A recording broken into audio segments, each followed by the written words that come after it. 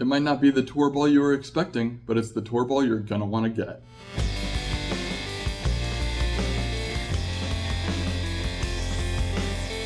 Hey team, and welcome back to the channel. My name is Brian, core design engineer with Brunswick Bowling, and I have an exciting video today because we get to detail all of the information inside and out on the brand new Black Widow Tour V1. Before we get to all of that information, I want to give you a couple details about my own channel in particular. I just wrapped up a 7-video series where I detailed all 7 brands individually. I called it the Expo series because all of the new releases from Bowl Expo season are in those videos.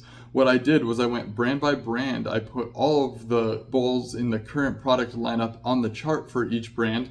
That chart showed you where each ball fit in terms of total oil volume and the reaction shape that it gives you. That way you have an easy reference to compare where all of the balls fit in the current product lineup for each individual brand.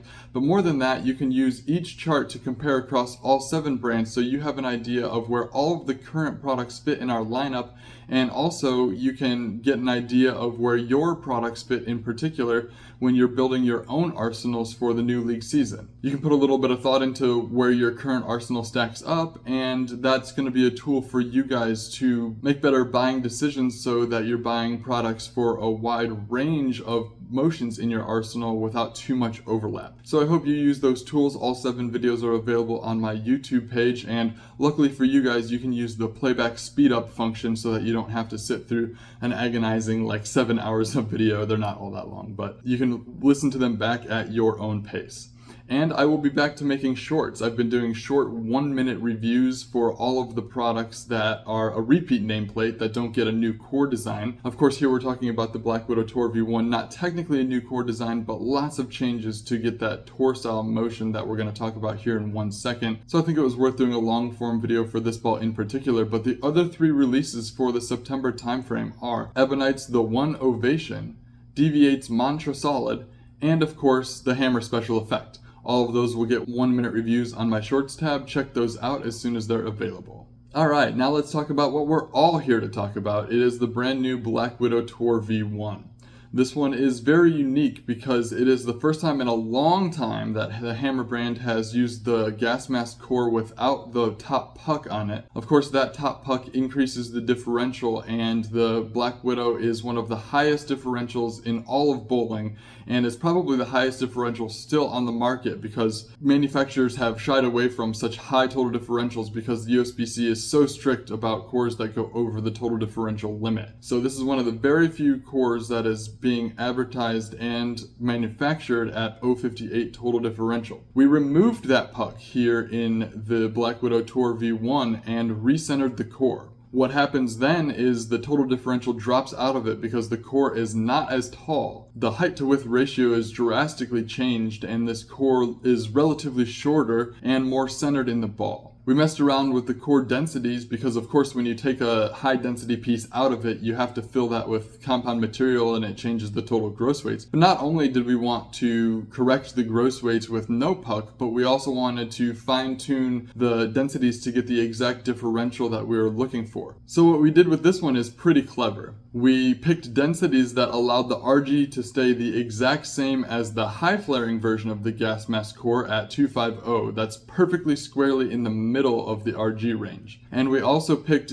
total differentials that mimicked the actual tour balls that we already have in the lineup, such as the Obsession Tour series, the Effect Tour series, the Envy Tour series. All of them play in a really similar total differential and intermediate differential range, and that's exactly what we targeted here with this Tour V1.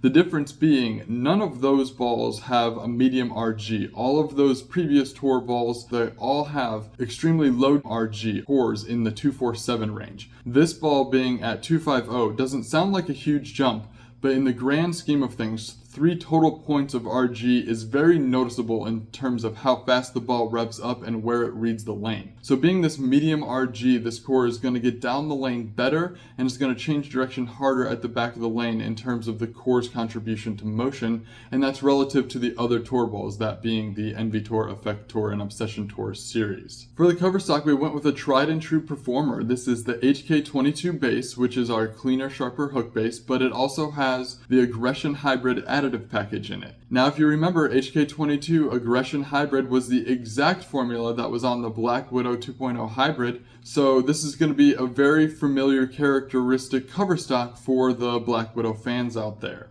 Of course, being in this lower total differential package, it's going to push the ball motion down lane a little further, but we did something a little different with this one. Even though it's a tour ball, we elected to keep this one at a much more moderate finish. This is 500 underneath, 1,000 over top of that, and then 3,000 on top of that. So what we've got is a much more moderate finish, but it is not polished, which means it's not going to be whippy. And just a little peek behind the curtain for you guys. We originally tested this one with both polish and sanded finishes on them, and the polished one was honestly a little too whippy to be considered a tour ball by the standard that the industry is used to seeing. We didn't want any misconceptions about what this one was supposed to do, and we wanted to make sure that this one had enough late mid-lane security to warrant the tour ball name, so we went with this more moderate finish of 5-1-3. And what that does for you is it still gets you down the lane, gives you the appropriate length that we're looking for as a later block ball compared to the other Tour Series balls, namely the Effector that's currently in the lineup, while still giving you enough mid-lane security that it's not going to get squirty or miss the break point or be so unbelievably sharp that it kind of defeats the purpose of being in that tour range of ball motion. So this is a nice compromise, and of course if you're bowling on heavier, longer conditions, you can always sand the surface a little more aggressively, and since there's no box compound on this ball, you don't have to worry about trying to repeat the box finish as it wears if you were trying to take it back to box finish after you've had it for a while and maybe it lane shines. Now, one caveat is these smoother finished balls do lane shine a little quicker, so just make sure you go over top of it with a 3000 pad once in a while, especially if you're bowling on fresher, heavier, or flatter patterns, which is what these tour balls are really good at. And if you keep the surface fresh, then this one will keep striking for you. And I will say, we're going to talk about the ball motion now. In testing, this one was incredibly impressive. It was surprising to me even how good the sum of the parts are for this particular tour ball.